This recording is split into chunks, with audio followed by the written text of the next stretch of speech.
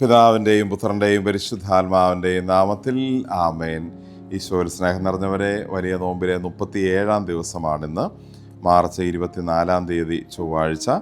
ഇന്ന് പരിശുദ്ധ കുർബാനയിൽ നമ്മൾ വായിച്ച് ധ്യാനിക്കുന്ന വിശുദ്ധ യോഹന്നാൻ്റെ സുവിശേഷത്തിൽ നിന്നാണ്. 15-ാം അധ്യായം 18 മുതൽ 27 വരെ വാക്യങ്ങളിൽ ലോകം നിങ്ങളെ ദ്വേഷിക്കുമെന്ന് ഈശോ ശിഷ്യരോട് മുന്നറിയിപ്പ് പറയുന്നതുമായി ബന്ധപ്പെടുത്തിയാണ് ഇന്ന് നമ്മൾ നമ്മുടെ ജീവിതത്തെയും ചിന്തിക്കുന്നത്. ഈശോയെപ്പോലെയാണ് ജീവിക്കുന്നതെങ്കിൽ ഈശോയ്ക്ക് ലഭിച്ച അതേ കാര്യങ്ങൾ തന്നെ ആയിരിക്കും ഈശോയുടെ ശിഷ്യനും ലഭിക്കുന്നതെന്ന് ഈശോ മുന്നറിയിപ്പ് തരുന്നു. ഈശോ പറയുന്നു, അവർ നിങ്ങളെ പീഡിപ്പിച്ചെങ്കിൽ നിങ്ങളെയും പീഡിപ്പിക്കും. അവർ എൻ്റെ വചനം പാലിച്ചെങ്കിൽ നിങ്ങളുടേതും പാലിക്കും. അവർ എൻ്റെ നാമം നിമിത്തം ഇതെല്ലാം നിങ്ങളോട് ചെയ്യും. ഈശോയിൽ നിന്ന് വിഭിന്നമായ ഒരു ജീവിതശൈലി ആയിരിക്കില്ല ഈശോയുടെ ഒരു ശിഷ്യന് കിട്ടുന്നത് എന്ന് ഈശോ പറയുകയാണ്. ഒരിക്കലൊരു ബിഷപ്പ് അദ്ദേഹം ഒരു പരാതി പറഞ്ഞതിനെക്കുറിച്ച് രസകരമായിട്ട് പറഞ്ഞു കേട്ടിട്ടുണ്ട്. അദ്ദേഹം പറഞ്ഞു, എൻ്റെ ഗുരുവായ ഈശോ ചെന്നിടത്തൊക്കെ വിപ്ലവങ്ങളും പ്രശ്നങ്ങളും ആ കാലത്തെ ഭരണാധികാരികൾക്ക് ഈശോയോട് വെറുപ്പും നിയമജ്ഞർക്കും ഫരിസേയർക്കും ഒക്കെ ഈശോയോട് അകൽച്ചയും ഇഷ്ടക്കേടും ഒക്കെ തോന്നി. പക്ഷേ ഈശോയുടെ ശിഷ്യനായ ഞാൻ ഓരോ സ്ഥലത്ത് ചെല്ലുമ്പോൾ ആളുകൾ എന്നെ പൂമാലയിട്ട് സ്വീകരിക്കുന്നു. എൻ്റെ ജീവിതം ഈശോയുടേതുപോലെ അല്ലയോ ഇനി എന്ന് അദ്ദേഹം ഒരു സംശയം വളരെ രസകരമായ രീതിയിൽ പ്രകടിപ്പിച്ചതുകൊണ്ടെന്ന് ഒരു തമാശ രൂപേണ പറഞ്ഞു കേട്ടിട്ടുണ്ട്.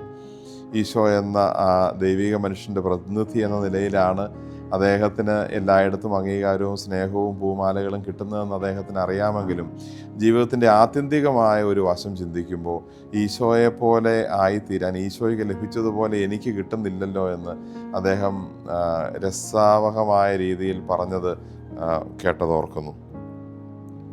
ലോകത്തോടും അതിൻ്റെ ചിന്തകളോടും, അതായത് അധികാരം, പ്രശസ്തി, പണം, സ്ഥാനമാനങ്ങൾ, മറ്റുള്ളവരിൽ നിന്നുള്ള ബഹുമാനം, ഇങ്ങനെ ഈ ലോകത്തോടും അതിൻ്റെ ചിന്തകളോടും അനുസരിച്ചാണ് എൻ്റെ മനസ്സും ജീവിതവും പോകുന്നതെങ്കിൽ ഈശോ പറഞ്ഞ 2 അടിസ്ഥാന പ്രമാണങ്ങൾ ഞാൻ മറന്നുപോയിരിക്കുന്നു, അല്ലെങ്കിൽ ഞാൻ മനസ്സിലാക്കിയിട്ടില്ല എന്നാണ് അർത്ഥം.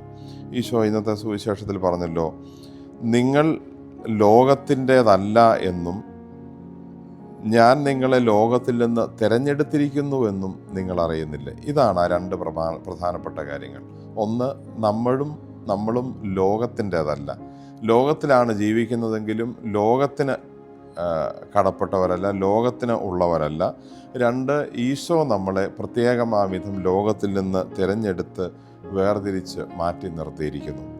സ്നേഹമുള്ളവരെ, ലോകത്തിൻ്റേതല്ല, ലോകത്തിൽ നിന്ന് മാറ്റി നിർത്തിയിരിക്കുന്നു എന്ന് പറഞ്ഞിരിക്കുന്നതിന് മറ്റൊരർത്ഥം കൂടിയുണ്ട്. ലോകത്തിൻ്റേതല്ല എന്ന് പറയുമ്പോൾ ഈശോയുടേതാണ് എന്നുകൂടിയാണ് അതിനർത്ഥം.